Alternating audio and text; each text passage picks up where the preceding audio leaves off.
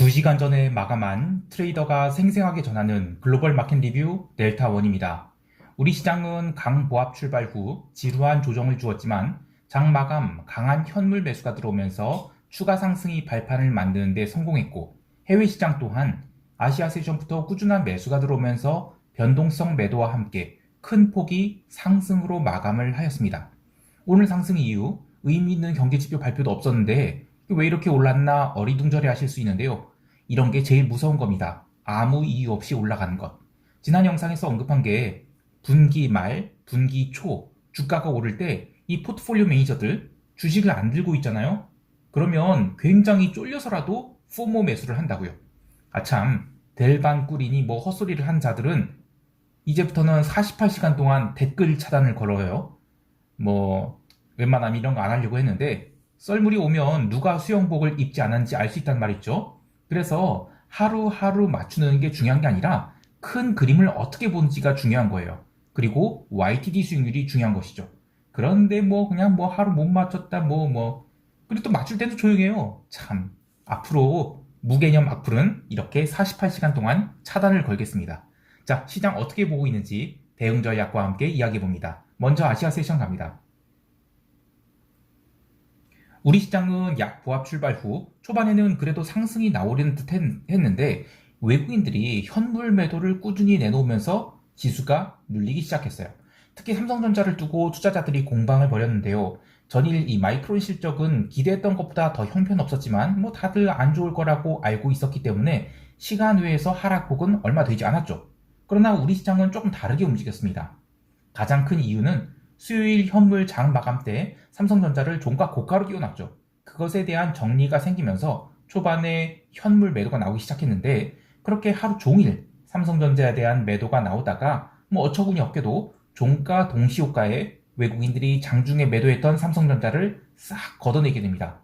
그래서 당일 외국인들이 현물 매매는 뭐 사실상 중립이었다고 보는데요. 어쨌든 장중에 삼성전자를 누른 여파는 시장에 영향을 주었고, 그리고 콜옵션은 또 다이어트가 되었습니다. 선물 시장도 비슷하게 움직였는데요. 홍콩 세션 시작되면서 큰 폭이 갭 상승 출발했던 홍콩 시장이 오전 내내 눌림이 나오면서 외국인들은 우리 시장에서 선물 매도를 쌓기 시작했습니다. 오전 10시 30분까지는 사실상 시장에서 중립적인 포지션을 취했던 외국인들은 이후 12시 30분까지 무려 4천억이나 선물 매도를 했어요. 그런데 이때의 특징은 선물 미결이 증가하지 않는, 그러니까 포지션 청산에서의 매도가 일어났다는 것이에요. 장마감 30분 남겨놓고 현물 매수가 들어오는 것에 대비한 선물 매수가 좀 들어오긴 했는데 뭐 전반적으로 그래도 시장은 조용한 하루였다고 할 수 있겠어요. 이것은 옵션 시장도 마찬가지였는데요. 당일에 이 양매도장이 진행된 것은 맞지만 위클리 옵션을 포함해서 먼슬리 옵션도 일평균 거래량에 한참 못 미치는 낮은 거래량을 보여줬는데요. 덕분에 V코스피 지수는 16포인트대까지 내려가게 됐어요. 과거 같으면 이 16포인트, V코스피가 16포인트다. 그럼 이건 너무 낮은 변동성 아닌가 하고 긴장을 할 수 있는데요. 차트를 보면서 설명하죠. 이건 아니고 요거죠. 여기 이제 V코스피 지수인데 2020 작년의 저점이 15포인트대였어요. 그리고 2021년의 저점은 12포인트였죠. 그래서 시기적으로도 또 7월과 8월 사이에 저점을 찍는 경우가 많아요. 저점을 찍었다고 해서 이게 뭐 V 반등이 나오고 그냥 이런 거 아니에요. 보통 이제 변동성이 저점을 찍고 나면 한 일주일에서 2주일 정도 바닥을 깁니다. 그리고 나서 더 이상 빠지지 않을 경우 그때부터 변동성이 터지기 시작해요. 그래서 V코스피가 바닥이다라고 해서 변동성 선물을 사 모은다? 특히 오늘처럼 이렇게 신저가가 가고 있죠. 이렇게 되면 신저가 칠 때는 변동성 선물 매수하는 게 아닙니다. 예. 충분히 신저가가 나오고 나서 더 이상 안 빠지는 경우 살살 올라올 때 그때 이제 변동성을 사는 거예요. 그리고 하루 이틀 사는 게 아니라 일주일, 2주일 이렇게 사 모은 다음에 그것이 튀기를 기다리는, 어떻게 보면 약간 천수단 매매죠. 예. 그래서 저는 V코스피 이거 갖고 매매하지 말자. 이걸로 매매하면 굉장히 스트레스만 받고, 예, 변동성 매매는 선수들 영역입니다. 아무튼 다시 시황으로 돌아와서 하루 종일 변동성 매도가 진행이 되면서 옵션이 거래량도 크게 감소했는데요. 풋옵션은 의미 있는 델타를 가진 행사 가격에서 신규 매도가 진행됐죠. 그래서 점점 아래쪽을 닫아가고 있다고 할 수 있겠어요. 물론 풋 255 같은 경우에 뜬금포로 15,000계약 미결 증가, 이건 뭐냐라고 하실 수 있는데요. 이 워낙 낮은 델타의 옵션이기 때문에 굳이 신경 쓰지 않아도 돼요. 시장이 종가상으로는 또 올랐으니까 뭐 기본적으로는 롱에 대해서는 긍정적으로 볼 수 있겠지만 여전히 아쉬운 부분이 많습니다. 제가 계속 이야기하고 있는 것은 선물 미결이 크게 증가하면서 외국인이 선물 매수가 들어와야 되는데 그러지 못하고 있죠. 또 그에 더해서 코스닥은 진짜 뒷감당을 어찌하려나 모르겠으나 에코프로 그리고 BM 이거 진짜 어찌려고 그런지 모르겠어요. 근데 뭐 그건 제 영역이 아니에요. 여하튼 이것으로 시장에 돈이 말라가는 게 걱정이에요. 시장이 질이 안 좋아지는 것이죠. 주식은 자본 조달의 기능을 하며 주가는 기업이익의 함수다. 뭐 이런 교과서 같은 소리 나고 앉아있고 이게 제가 꼰대스러운 것일 수도 있어요. 그런데 그래도 특정 종목에 돈이 쏠리는 것은 아무리 수익을 추구한다고 해도 좋은 모습은 아니죠. 자, 그래도 긍정적인 부분을 좀 더 이야기해보면 장후반 들어서 지수가 오를 때 외곽역 콜옵션의 미결이 제법 감소했어요. 지금 지수가 사실상 신고가를 갱신하고 있는 상황에서 조금만 더 오른다면 등가격과 가까운 외곽역 콜옵션들은 평균 발행 단가를 넘기게 돼요. 즉 롤링업 해지 수요가 들어온다는 것이죠. 어제 개인 사정으로 제가 영상을 올리지 못했지만 멤버십 회원들께는 스크립트를 제공했거든요. 그 스크립트 내용에도 보면 대응 전략을 오전과 오후로 나누어서 이야기를 했어요. 이 이유를 얘기해 볼게요. 자, 우선 오전에 시장을 빠르게 당긴다. 그러면 롤링업이 계속 나오겠죠? 그래서 일단은 롤링업 해지를 마치고 나면 지수가 추가 상승한 것에는 대비가 됩니다. 물론 지수가 오후에도 계속 오른다. 그러면 그거는 뭐 폭등 가는 것이니까 기본적으로 델타롱은 계속 유지를 해야 돼요. 근데 지금처럼 변동성이 쪼그라든 상황에서는 오전에 롤링업을 맞춰서 상방 해지를 하고 나면 장중에 흘러내릴 수도 있어요. 그래서 오전장에 급등이 나온다. 그럼 오히려 콜레이션 스프레드의 비율을 살짝 높인 뒤 오후장에 뭐 다시 오를 때는 그러면 걷어내죠. 그래서 다시 비율을 낮추고 반대로 오전장에 눌림이 나온다. 그럼 델타를 숏으로 바꾸는 게 아니라 그대로 밀면서 오후장에 올리게 될 때는 콜레이션 스프레드 비율을 높이지 말고 추가 상승을 기대하면서 롱 델타를 밀어보자. 이런 전략을 제시했죠. 이렇게 어떤 시점에서 해지가 들어올 것인가에 대해서 고민을 하면서 장중 흐름이 유형에 따라 대응 전략을 달리하면 퍼포먼스가 좋아질 수 있어요.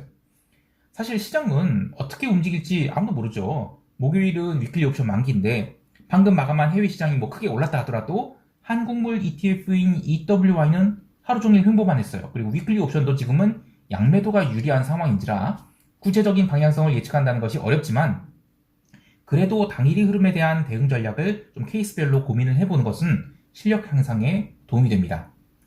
또 시황이 또 옆으로 샜네요.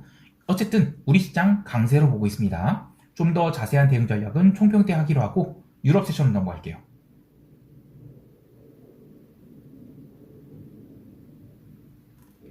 유럽 증시 또한 아시아 세션에서 미국 지수 선물이 상승과 함께 갭 상승 출발 후 장중 조정을 모두 이겨내면서 종가 고가로 마무리했습니다. 장중의 변동성 하락도 꾸준했고 무엇보다도 통화시장에서 엔화가 아시아 세션부터 크게 내렸죠. 그러면서 니케이가 2% 넘게 올랐는데 이 부분이 시장의 심리를 개선시켰다라고 보고 있어요. 자, 그런데 좀 더 뜯어보면 채권 시장은 그냥 조용했어요. 유로화도 조용했어요. 상품 시장에서도 의미 있는 변화 없었는데요. 그래서 오늘이 주가 상승은 조금 다른 이유가 있다고 할 수 있겠어요. 어제 시황에서도 이야기했듯이 유로존 뱅킹 섹터 지수가 아주 중요한 위치에 있었다고 했는데 그게 위로 뚫렸습니다. 차트를 볼까요? 요거는 아니고 요거죠. 요게 이제 뱅킹 섹터 ETF인데 인덱스인데 그저께가 여기였어요. 그래서 여기서 조금만 더 부러지면 추가락이 빵빵빵빵 나와서 80포인트까지 내려올 수 있는 상황이었죠. 그런데 돌린 거예요, 이걸 위로.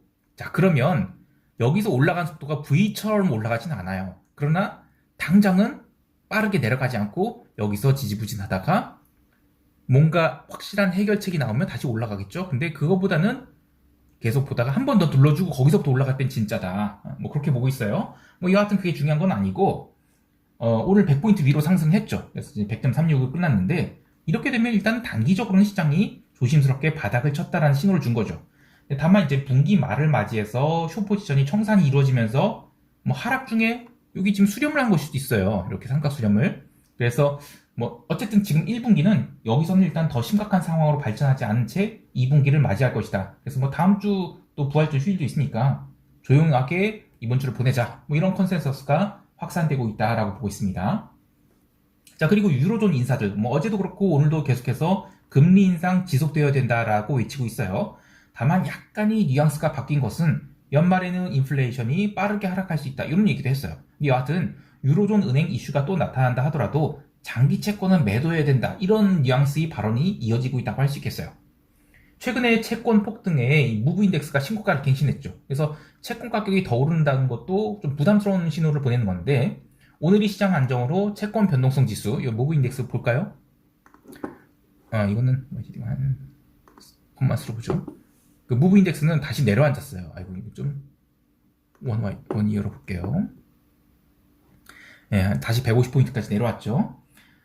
지금 다시 100포인트 이하로 내려가기는 쉽지 않겠죠. 그런데 지금 변동성 굉장히 높은 거예요. 그래서 원래는 한 40에서 80포인트 사이가 박스였습니다. 근데 이거를 작년에 이제 채권이 급등할 때 이제 많이 올라왔고, 그리고 채권이 급락할 때 많이 올라왔고, 이번에는 채권 스퀴즈가 나오면서 이제 급등을 한 건데, 시장에서 이슈가 생긴다 하더라도 이번에 198포인트 찍은 거 여기는 쉽게 돌파하기 어려울 것 같아요. 그래서 일단은 일방적 채권 폭등은 어렵다, 이렇게 보고 있습니다. 상품 시장 조금 더 보면 구리 가격은 유럽 세션 초반에는 강세 보였어요. 근데 미국 세션 들어서 증시가 계속 강세를 보임에도 불구하고 구리는 월말 이익실현 들어오면서 톤당 9,002달러 딱 마감했어요. 기름은 원유 재고가 무려 748만 배럴 감소가 나왔음에도 불구하고 이미 74.2달러까지 올라온 것은 K선 반영이라도 되는 것인지 잠시 숏스퀴즈가 나온 뒤 그 다음부터는 꾸준히 매도가 나오면서 72.8달러 선까지 밀려서 마감을 했습니다. 일단 분기 말 마감을 앞두고 72에서 80달러 박스 안에 들어온 것이기 때문에 시장이 그냥 이 정도로 만족을 하는 것 같아요. 그리고 다음 주 월요일에 오펙 플러스 회의 있죠. 그래서 그 전까지는 그냥 의미 없는 등락이 있을 것으로 봅니다. 자, 이제 미국 세션 넘어갈게요.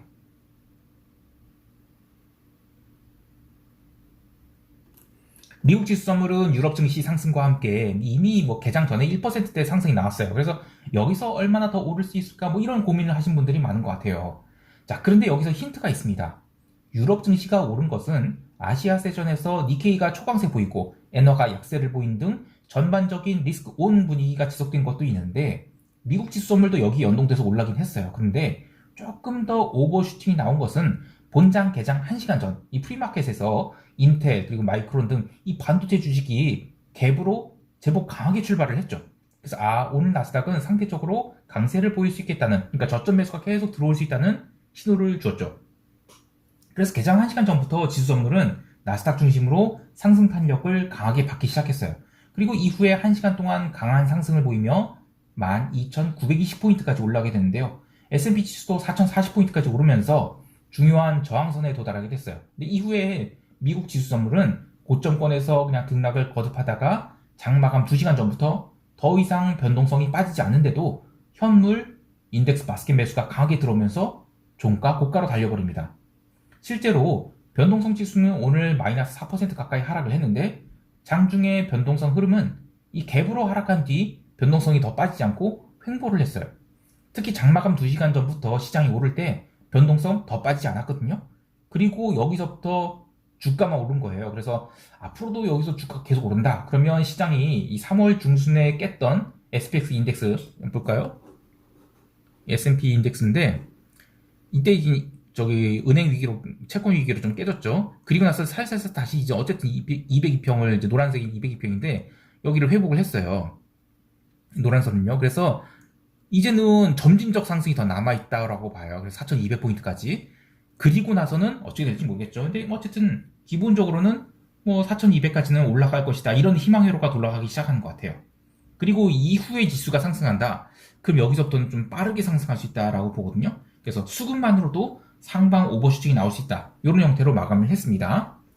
자, 이렇게 주가가 강세를 보인 이유가 무엇일까, 이런 것을 생각해 보면 대부분 이런 얘기 하는 것 같아요. 은행주 강세를 보였다, 테크가 강세를 보였다. 그런데 핵심은 요 며칠 시황에서 계속 이야기하듯이 이 주식 포트폴리오 매니저가 주식을 안 들고 있는 게 가장 큰 문제라고 봐요.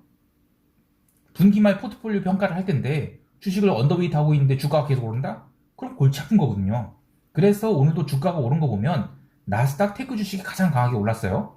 시총 높은 주식이니까 뭐 인덱스 따라가기에 가장 만만하죠. 그리고 실적 우려 부담도 낮고, 업종 리스크도 작고, 캐시플로도 좋고, 여하튼 이거 샀다고 해서 분기 말 평가에 잔소리 들을 일 없는 선택인 것이죠. 반면에 러셀은 참 징그럽게 못 올랐습니다. 자, 또 이렇게 주가가 오르면 채권이 상대적으로 빠져야 되는데 오늘은 채권도 사실상 미동도 하지 않았죠. 통화시장에서도 엔화만 밀렸을 뿐 나머지 통화는 의미 있는 변화가 없었습니다. 따라서 이러한 인덱스 매수에 의한 상승은 분기 말이나 분기 초가 되면 또 멈추거나 뒤집힐 수도 있는데요. 특히 그동안에는 변동성 매도를 동반한 인덱스 매수가 있었지만 오늘은 변동성은 갭으로 떨어진 채 가만히 있었어요. 그리고 오후장에 인덱스 매수만으로 끌어올린 시장이에요. 그래서 현물 수급이 멈추게 되면 시장이 또 뒤집힐 수 있다라는 걸 긴장을 해야 돼요. 그러나 그거는 조금 시간이 걸리는 문제다. 지금 당장은 이번 주는 별일 없을 것 같아요. 다음 주에도 또 ISM 제조업지수, 서비스업지수 발표 있는데 부활절 휴가 주간도 되거든요. 그래서 진정한 방향성은 4월 둘째 주가 핵심이 될 것 같아요. 그래서 그 옛날에도 보면 4말 5초라고 해서 4월 말부터 5월 초까지 굉장히 빠르게 급락하는 경우가 있었어요. 굉장히 옛날 얘기긴 한데 거의 뭐 10년 전 얘기인가? 여하튼 10년도 더 됐다. 여하튼 이 지금 상황은 일단은 S&P가 4200선까지는 충분히 트라이를 할 수 있을 것 같다. 이렇게 보는 것 같아요. 개별 종목을 간단히 보면 파페치가 8% 급등 마감했어요. 제가 3달러 후반에서 매수 대기하고 있었는데 아쉽게도 그냥 튀었네요. 로빈후드도 4.9% 상승해서 9달러 회복했고 찰스 샵도 2.47% 상승하면서 55달러 회복했는데요. 하지만 이 금융주 전반에 안정이 찾아가거나 할 수는 없어요. 그냥 오늘은 분기 말 앞두고 인덱스 매수가 들어오면서 시장이 상승했다. 뭐 이 정도로 요약을 하는 게 좋을 것 같아요. 그나저나 이 마이크론과 인텔 같은 주식이 강하게 상승했는데 이거 우리 시장에 의미 있는 신호 될 것 같아요. 자, 이제 시장 총평하면서 대응 전략 이야기할게요. 우리 시장은 야간 선물 시장은 의외로 큰 변동이 없었어요. 그리고 한국물 ETF인 EWY도 생각보다 조용했죠. 하지만 시장은 이 글로벌 훈풍을 피해가지 않을 것으로 보는데요. K-세론이 나올지 모르겠지만 그래도 갭 상승이 크지 않는다. 그러면 오전장은 콜 감마를 살리는 그런 상승이 나올 수 있다라고 봐요. 여하튼 뭐 시장은 빠르게 2470선부터 80선까지도 상승할 수 있다 이렇게 보는데 물론 지금 위클리 옵션 만기라서 뭐 그날 상황 봐야 되긴 해요. 그런데 어쨌든 그 이번 4월물 선물 옵션 만기 옵션 만기 때까지 2500선까지는 충분히 여러 차례 시도가 나올 수 있다. 이렇게 보고 계속 롱 포지션을 밀고 가도록 하겠습니다. 해외 시장에 대해서도 제가 전일 러셀 매수한 거 계속 들고 있는데요. 분기 말 분기 초라서 여기서 뭐 포지션 키워가기보다는 방향성 탐색에 노력을 기울일 거예요. 코스피 포지션에 대해서 3월 초에 변동성 확대 우려가 있어서 소극적으로 대응하면서 초반 리스크를 피했는데 그러다가 이제 지난주 후반부터 이 시장 간다라고 보고 강하게 변동성 매도를 하고 있어요. 그래서 지금은 해외 포지션보다는 코스피 포지션을 조금 더 신경 써야 되는 점도 해외 시장에 대한 포지션을 키우는 게 조금 부담을 느끼는 게 있습니다. 그래서 여하튼 시장 당분간은 계속 긍정적으로 보고 대응할 거예요. 자, 오늘 하루도 성공 투자하시길 바라고요. 1분기 마감이 이제 하루 남았죠. 모두들 잘 마무리하셔서 최소한 분기 수익만큼은 플러스로 마감하실 수 있었으면 좋겠어요. 이 프로트레이더라면 특히 절대 수익을 추구하는 프로트레이더라면 일일 손익은 무시해도 되지만 주간 손실한도 가면 좀 고민 좀 해야죠. 그리고 월간으로는 손실을 볼 수 있어도 분기 손실을 본다. 그러면 이건 심각하게 반성해야 되는 겁니다. 자, 이상 델타원이었습니다. 감사합니다.